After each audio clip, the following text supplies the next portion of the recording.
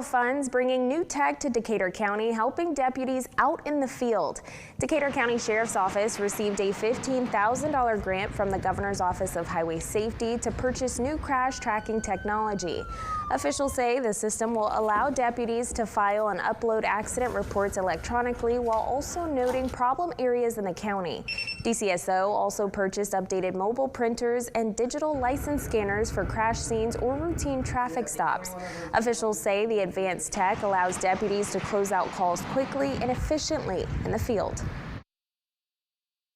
So now, instead of them having to type everything into the system, they can just scan the back of someone's driver's license and it go ahead and uploads everything into it. So that takes seconds compared to, minutes before. So it's valuable time that they can get done and off the side of the road and back, helping citizens.